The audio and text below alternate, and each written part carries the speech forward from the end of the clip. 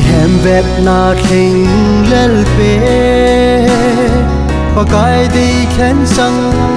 aum ni hem vet na ngai sang ma khen ya ket hi thai say sep na le dem na ze in pakaya dil na sam hi in varna isan diu gelin na den ho chu tau pe singin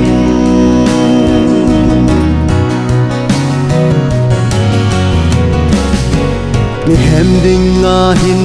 lo chu pathen ta san na je a chân chunga lung oi na ki pa na nei jing a hi say sep na le dem na je in pakaya dil na sam hi in varna isan diu gelin na den ho chu tau pe singin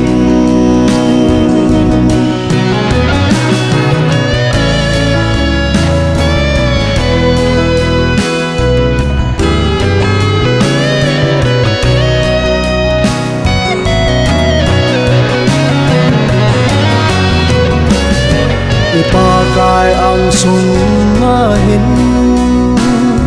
kipanagin na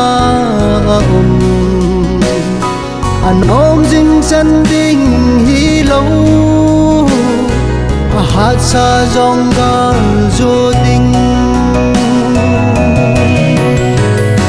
say sep na le dem na je in pakaya dil na sam hi in